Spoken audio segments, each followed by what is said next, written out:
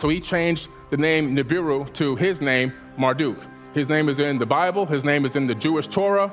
He's a very popular guy, but also a very evil and brutal guy. They came to Earth and said, look, we gotta get some women and we gotta get some rest. Those Ijiji, they took some women.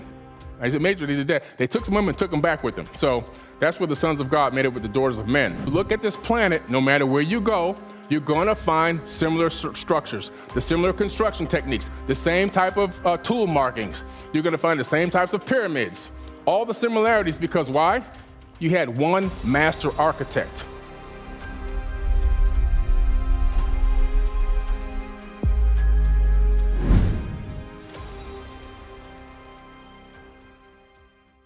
So what's interesting, during this time, and a few million years ago, the Anunnaki had this race of beings called the Ijiji. They're mentioned in the Enuma Elish and the Atrahasis. And also what's interesting is the name Anunnaki and Nibiru in the older version of the Enuma Elish, those names are actually in the text.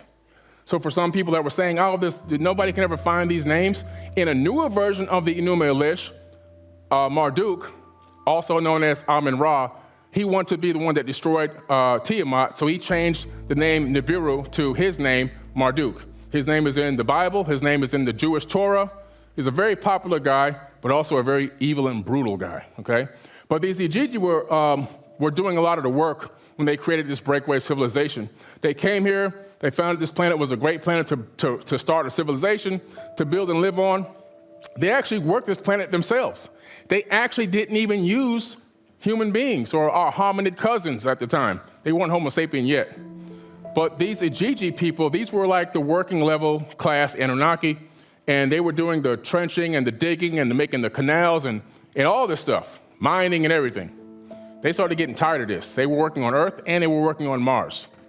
Okay, Mars, as we know, has a damaged atmosphere. After Tiamat exploded, part of that debris hit Mars, which is why one side of Mars is charred and one side is smooth. And then actually Mars shifted on its axis and had a pole shift, okay, which created a whole global flood there and everything else. It started healing. The planet itself started healing. But what's interesting is these people were up there mining and working, but they said the conditions were harsh. They complained to Enki, Enlil, and Anu, who were the kings of Earth, pretty much, and their calls for help were ignored. Like, hey, we need a break, we need a vacation. One of the biggest complaints, they didn't have any women.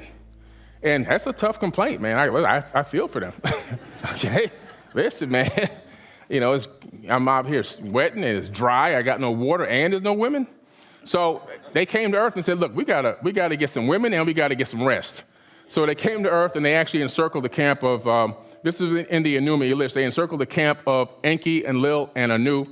And they found that their guards let them know that, hey, we've been encircled. We've been basically boxed in here. And there was a call to go for war against them. And they started negotiating to try to not have this war because they were more Ijiji than them.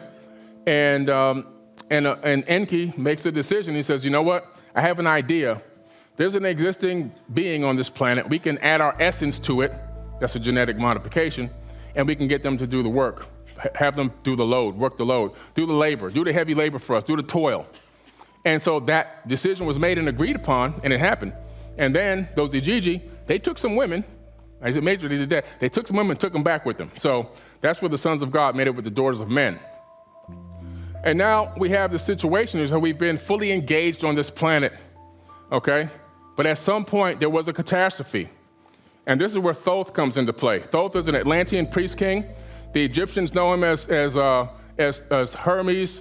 Well, the Greeks know him as Hermes, but the Egyptians know him as Thoth, Tahuti to the Africans, okay? He's basically one of the most intelligent people on the planet. He taught languages to everybody. And what happened is there was a great flood before he went on this mission. And after this great flood, his father, Enki, who was also known as Thoth, told him, go back to the land of the hairy barbarians and rebuild civilization. In other words, he didn't say that civilization needed to be started there. They had already raised everybody up to a high level. They had already created basically almost heaven on earth by the labor between the Ijiji and the humans. And then they had this big catastrophe. And the mission that Enki sent them on was to bring back civilization to the planet after this global flood. Whatever this catastrophe was, it's not really truly clear exactly what it was, but it did happen. So he gets into his ship. It says he gets into the great ship of the master. It didn't say he sailed out. It said he rose into the sky until the planet disappeared, until he got to the place that he was basically his destination for his mission. And then he said he saw the great temple coming out of the mud beneath him. That means this thing is in the sky. And he descended on the land of Chem. When he descended down to the ground, he opened his doors. All this, what I'm telling you, is in my book, Compendium of the Emerald Tablets. And this exact quote that I'm giving you comes from the Emerald Tablets of Thoth, which is an ancient text that dates back over 36,000 years. He drops his door down. Him and his crew come out of the ship. He says the hairy barbarians came to attack him with cudgels and spears. And he said he raised his staff and he sent out a ray of vibration, striking them still as fragments of stone in the mountain. He froze them in place with a beam weapon 36,000 years ago. High-tech weaponry, that didn't injure them, didn't kill them, but stopped them from attacking. We have something similar right now. It's called the active denial system in the military. If you look at military active denial system, we have a device that sends out a beam. And so if somebody's coming to attack an area, rioters or whatever, they can send a beam at you that will make you stop, make you think you're on fire, make you vomit, make you sick, make you scream, make you have voices in your head. It's called the active denial system. We have the same exact technology now. We just rediscovered what he already had. And what's interesting is he said then he built the Great Pyramid. He claimed to have built, now he not with his own hands, okay? But he was the master architect for this structure on planet Earth.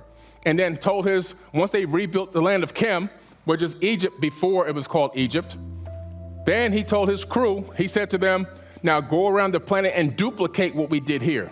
This is why when you look at this planet, no matter where you go, you're going to find similar structures, the similar construction techniques, the same type of tool markings. You're going to find the same types of pyramids, all the similarities, because why? You had one master architect. And this was the mission that Thoth was on. He was the master architect post-diluvial. He was the master architect that rebuilt rebuilt civilizations on this planet. And who was Thoth? He was an Atlantean priest king, okay? What's interesting about him that I love about him is that the fact that he didn't claim to have been an actual god, where some of his relatives, they actually said, you know what? Yeah, I'm God. Yeah, bow to me. Bring me these sacrifices. You know what the sacrifices were for? Because they had to eat, man. They're not going to go kill no animals. Bring me the sacrifices. So people would kill the animals and bring it to them. That's how they ate. And so what Thoth did when they would drop to his feet, he would say, rise, I'm a son of Atlantis. That's what he would say. He said, I'm a son of Atlantis. Sometimes he would call himself the son of man, just like Yeshua did in the Bible, the son of man. Not the son of God, but the son of man. Interesting. Hermes was known to the Greeks as the master of all arts and sciences, perfect in all crafts, ruler of the three worlds, scribe of the gods, and keeper of the book of life. What's the book of life? What's the Akashic records? It's real. We now know in quantum physics and quantum mechanics that there is an actual book of life. It's called the Akashic records.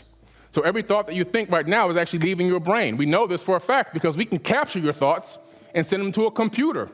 We can even see the images in your head now. We can create images. We can tell you to think of an image, and we can actually capture what that image would be from your thoughts and put it on a computer screen. Just like that old movie, Minority Report. Yeah, it's real science now, right?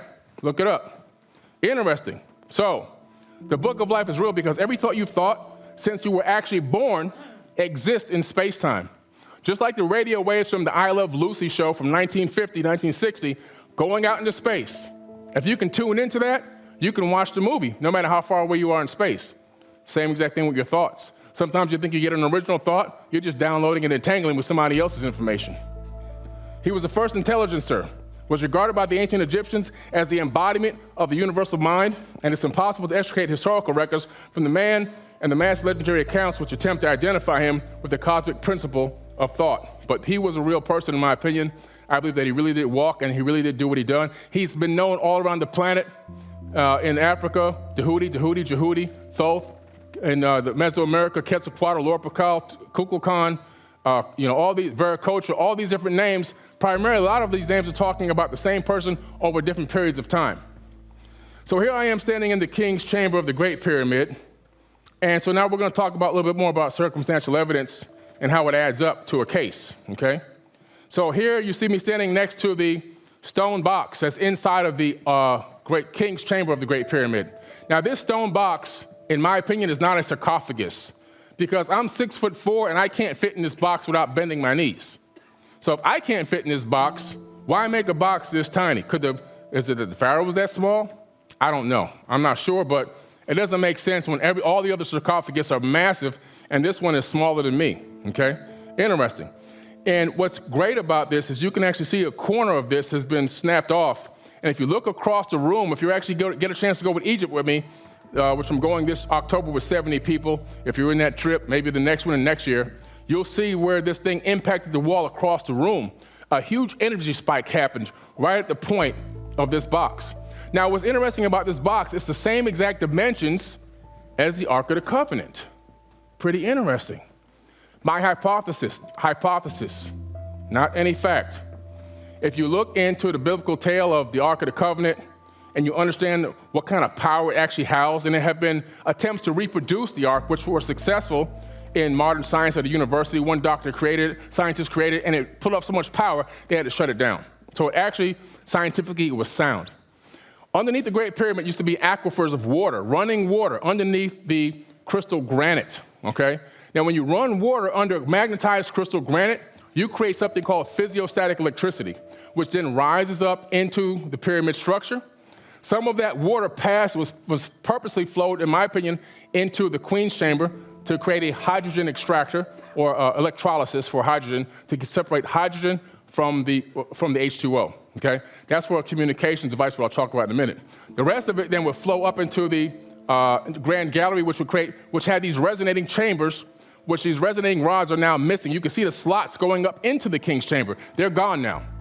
And then that energy would then be stepped up inside the King's Chamber and then pushed up through the apex and then sent out as wireless power around Egypt. An obelisk would then collect that energy, that ambient energy, and channel it. And if you had a JED with a cable on it, you can connect it to a light bulb, you can connect it to your electroplating machines, or whatever you needed electricity for, and you had wireless power, okay?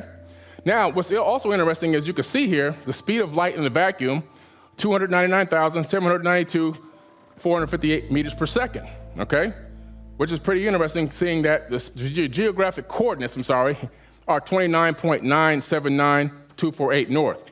So how can the speed of light in meters per second equal the actual geographic location of the Grand Gallery leading into the King's Chamber? Well, that's because we had meters in ancient times. Meters were not discovered more recently as we thought. They were only rediscovered, or the person that rediscovered them went and found some of this, proto-cuneiform. This is a proto-cuneiform metric system dating back prior to Mesopotamia. And this was found actually in Mesoamerica. So what in the world is proto-cuneiform metric system being discovered in the Americas when we know that Sumeria is supposed to be the cradle of civilization all the way in Mesopotamia coming out of Iraq? Pretty interesting. So the metric system is ancient. It's super ancient. So the people who try to debunk the fact that it's just a coincidence that the speed of light is the same geographic location as the Grand Gallery, you can debunk the debunkers with the fact that we already had the metric system, and it's actually well known. It's just that nobody has found it. But I found it years ago, and I talk about it a lot. So what is the power here? Let's talk about more circumstantial evidence that these beings came here with advanced knowledge. I looked into the mathematics in the Great Pyramid, and I found a lot of incredible correlations, okay? You can calculate a lot of things based on the structure itself. So what Thoth did, he took this pyramid, and he said, for the future, I want this to be a time capsule of knowledge. And what I want to do is I want to take all this information, the information about all this stuff, and I want to compile it into the actual building structure itself so that in a future time, which is now, mankind can decipher it and realize how incredibly we were and that this came from advanced knowledge. The mean distance to the sun is half the length of the diagonal of the base times 10 to the 6th power. It will give you the average distance to the sun. You can calculate the distance to the sun from the Great Pyramid. the mean distance to the sun. You can also do it this way. The height of the pyramid times 10 to the 9th power represents the mean radius of the Earth and the orbit around the sun, or its astronomical unit. You can measure the AU. The AU is the distance from the Earth to the sun, and you can multiply that out, and depending on how many AUs you have, it'll tell you how far you are away from the sun in the solar system. You can also calculate the mean distance to the moon. The length of the Jubilee passage times 7 times 10 to the 7th power is the mean distance to the moon. That's incredible. The sun's radius can be calculated. Twice the perimeter of the bottom of the granite coffer times 10 to the 8th power is the sun's mean radius. Okay, I mean, how can they know this? How can they know that it's 427,316 miles is the radius of the sun from standing on Earth, looking up at the sky? The Earth's polar radius. The sacred cubit times 10 to the 7th power equals the polar radius of the Earth. That's the Earth's orbit. Polar radius is going pole to pole this way. Not this way, but they can calculate it this way. It's all built into the Great Pyramid, okay? The Earth's polar radius. The pyramid embodies a scale of a ratio of 1 by 43,200. So the pyramid itself is a scale of the Earth's size. You scale the pyramid, you scale Earth down by 43,200, 432 hertz. That's the resonant frequency. That's the best resonant to listen to music. You scale it down. What do you get? To that radius, that ratio, you get the size of the Earth. So as you take the Great Pyramid at Giza and you take it and scale it up 43,200 times, you get the size of the planet Earth itself. And guess what, guys? It's a sphere. All right, just in case you didn't know.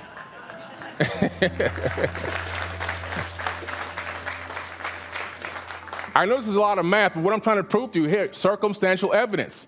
These beings had advanced knowledge. Now, this is why I wrote the Black Knight satellite documentary. Because in order to get these calculations, you need a satellite in orbit. You can't do this without a satellite in orbit, and this satellite has been in orbit for a long time. Because why? This satellite was the all-seeing eye of Enlil. Enlil knew what was going on the planet at all times. He knew population centers. He knew the size of populations. He knew the size of crops on the planet, on a planetary scale. And when people would act up, or the people got too loud in one area, or they started acting too wild, he would just say, "Cull the humans." And he would send somebody to spray something on their fields or kill all their crops. Sounds like chemtrails in ancient times. We had the chemtrails already, sorry.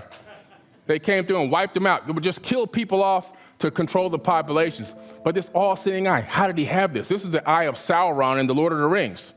Well, the eye actually exists. There's actually a Sumerian cylinder scroll that depict two beings talking to each other using this technology with wings in the sky. In my opinion, that is the Black Knight. Also, we discovered that the constellation, the Boötis constellation, is actually Enlil's. He owns the Boötis constellation. The Mesopotamian gods attribute the ownership of the Boötis constellation, where Epsilon is located, to Enlil. What's interesting about that? Well, when you look at the Boötis constellation, there's actually a giant void in there of empty space. So much empty space, it's an enormous void. There's not even dust in this space. Michio Kaku was quoted as saying that after observing this constellation, him and other theoretical physicists, it appears to be a cloaked advanced civilization. Okay? A cloaked advanced. Now, why is that important? Well, it's important because of this. The Black Knight satellite signal that's been decoded by individual people multiple times over the years, over the course of over 100 years, all come up with the same conclusion. It's giving us the location of the Boötis constellation. So we have an Anunnaki god on Earth engaging mankind, building civilizations here, which they're now gone, but there's a satellite still orbiting this planet in a polar orbit, which you would need a polar orbit to make these calculations. The other thing you have to understand is what a polar orbit can do. So the Earth itself is massive. And so if you're in an equatorial orbit, you can't capture the entire planet. But when you go into a polar orbit, you can make this calculation. The pyramid, the Great Pyramid, is the average height of the landmass on Earth. The average height of the peaks of the landmass on Earth. The average height. Now, you can't do this just by sitting in one place in the middle of a desert and figure out how high this is. So what you need, a satellite that can actually scan the planet this way as it spins on its axis. And as it spins, you're scanning for topographical data. You're calculating, you're counting every single peak and hill and mountaintop on the entire planet, which we can do today. We've already done it. And then you have to divide that by the height to get the average height, by the number of mountains and hills to get the average height, and then what do you get? Okay, we're going to build a Great Pyramid to this height. This is the average height. of all the landmass. Then the Great Pyramid is built at the center of landmass on Earth. Not the center of the Earth, but the center of landmass. Not the center of Earth, the center of land. To do that, another polar orbiting satellite is needed. You need to be able to see everything on Earth, calculate all the mass of land, and where to put that pyramid. Boom, right there. That's where it goes. Okay? Another reason. Now, Giorgio Tsoukalos had brought up the other day the Peri-Reis map and how it was put together and how it shows Antarctica when there was no ice, right? What's also interesting about the Peri-Reis map, if you look at the Peri-Reis map, in order to create that map the exact way it's laid out and the angle that it's drawn on the paper, on the parchment and everything, you have to have a satellite pointing down over Cairo, because that's the perspective in order to create the map. So the Peri-Reis map, whoever drew it, their perspective for laying it out was directly over Cairo from the sky. Again, potentially the Black Knight satellite. So I mean, there was a lot of things that were correlating and linking to this thing, and that's why I did a documentary on it. That's why you have to watch this documentary. So the Great Pyramid has a lot of calculations. The precise definition of the royal cubit as it relates to the Earth, the size and shape of the Earth, the mass and density of the Earth is all calculated in there, the gravitational constant, the escape velocity from Earth to attain an orbit. What is the main reason for the 33rd degree Masons? The main reason is not to, everybody thinks it's some kind of crazy thing. It's actually space travel. 33rd degree Masons is about space travel. That's the ultimate goal, because Masonry goes all the way back to the Chateau coming out of the land of Chem, the brick Masons that had the secret knowledge that was then lost in the mystery schools. It's all about reobtaining the capability of traveling in space. Why do I say that? Because you have to travel 33 times the speed of sound to escape Earth's gravity to get into space. If you travel 32, 31, 30, you're not going to escape. There's no escape velocity. You have to travel 33 times the speed of sound to escape into space. That's why the runway in Florida at the Space Coast is runway number 33. You can calculate the significance of the location of the Great Pyramid with the golden ratio, the mass of the sun, the mass of the moon, the mean distance to the sun, and the circumference of the Earth can be calculated. You can calculate the size of the Earth from the Great Pyramid stones. The mean distance to the moon, the orbital velocity of the Earth, the orbital velocity of the moon, the Metatronic 19-year cycle of the moon's orbit of the Earth, the Lagrange point L1 between the Earth and the moon, the speed of light, and the orbital velocity of the solar system relative to the center of the Milky Way galaxy. All that can be calculated from one structure. Now you tell me where the coincidence is at. In America, if you have enough circumstantial evidence, you can put somebody in prison, okay? So what I'm saying is we have a case here. There's a case that whoever did this, whoever laid out this architectural masterpiece was most likely not what they call the hairy barbarian or the hominid that came out of the... Now, these people were intelligent, don't get me wrong. I think that our ancestors that were here before us, before we got genetically tinkered with, I think they were wiser than us, probably spiritually wiser, probably had larger pineal glands, maybe even larger skulls, maybe more in tune with each other, telepathic and all that, in tune with nature. I think we lost a lot of that capability after the genetic tinkering.